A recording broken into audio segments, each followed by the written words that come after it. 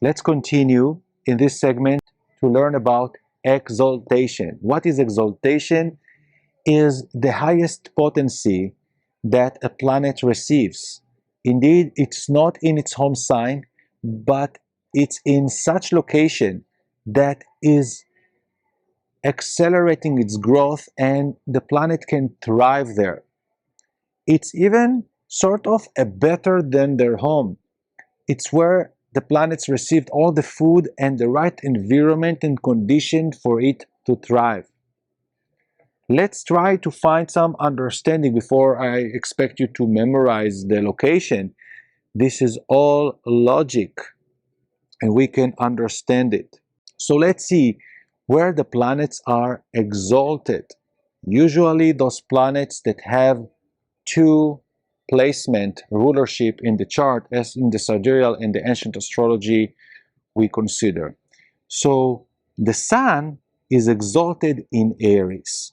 We will find some logic before I ask you or expect you to memorize where each planet to be exalted. This is the logic. Because where the sun is rising, the sun is rising in very early morning, around 6 a.m., let's call it, which we consider it to be ascendant. This is the east. The sun is rising, arriving to the top of the day, to the mid sky, and then descending. Here is the sunset in the descendant. So the sun is exalting in Aries because this is the place that Aries is the beginning of the day, beginning of the chart, beginning of the process. Even that by astrology and natal chart we are seeing the transit going this direction, we understand that the real observation from sky, the sun is rising from the east and sunsetting in the west, so it's actually in the opposite direction in reality. But leave it now. The sun is exalted in Aries because this is the beginning of the day. This is where we are putting a new endeavors into action, and with a fire element. Aries is fire, and this is the spark that the sun is receiving and thriving to bring a new day, a new energy. The moon is exalted in Taurus. So here the sun is exalted and the moon is exalted in Taurus. What's the logic of it? The moon needs nutrition, needs mama. And because the moon is so mutable and so sometimes chaotic, relating as our emotions, in Taurus the things are stable. So when you have a stable relationship, when you have peace, when you have beauty, when you have order of abundance, you have a beautiful garden. The moon can find nutrition by the elements, by the family, by the foundation that it could find in the archetype of Taurus.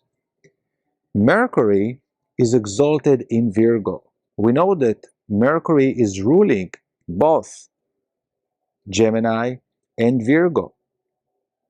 But Mercury is so content in Virgo, which is the sixth house, because Virgo is earth element and it's giving, and it's feminine. Even if it's feminine, it's giving the practicality.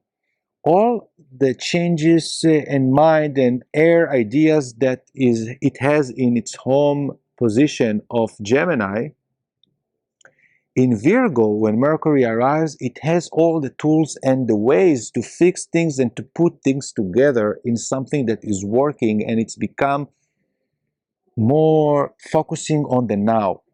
When you put hyperactive personality and give it a job that is a routinary job and make it order, it's working amazingly. He could connect and to administrate things and complicated things like a machine. Mercury in its, we are seeing the person how it's born, and then we are taking him to a better position where it can thrive. So Mercury is thriving in Virgo, and this is very good connection that Gemini people with Virgo, because Virgo can help Gemini to thrive, to understand themselves, to understand situation, and to put things in order. Venus, she's exalted in Pisces. Why? Because Venus is ruling love, but Pisces is a place that is ruling unconditional love, a lot of love and art. This is a place like it's the backyard for Venus to thrive, of manifesting higher dimension of love and peace and love with the divine, and not just in a romantic one-on-one. Venus can be like artistic. She could enjoy music. She could enjoy all the artistical and fantasy world of love that is beyond the way it's alone ruling Libra. Mars is exalted in Capricorn. Why is this? Mars is a competent. Mars that born in Aries is a competent, is masculine energy, and once Mars arriving to Capricorn is where it's arriving to its peak of the career. So you are giving a person that is aggressive, that has a lot of ego, suddenly the reward for his abilities to control, to be a manager, to be a CEO, Mars as a competent that wants to arrive to the top, get it.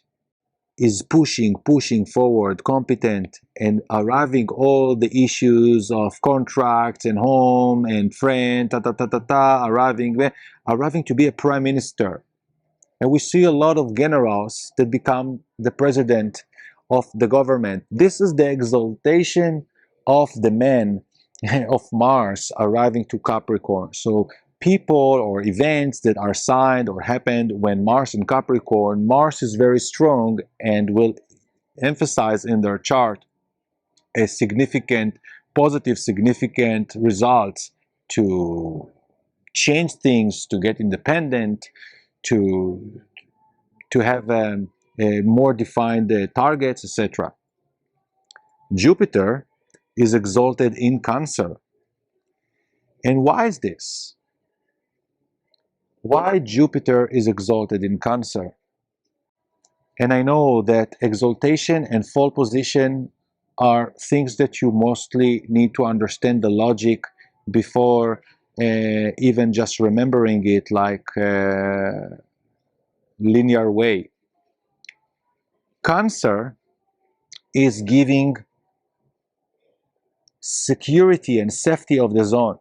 Cancer is ruling children, and Jupiter is the great teacher, is the guru, is trying to conquer new lands, and Cancer is related to borders.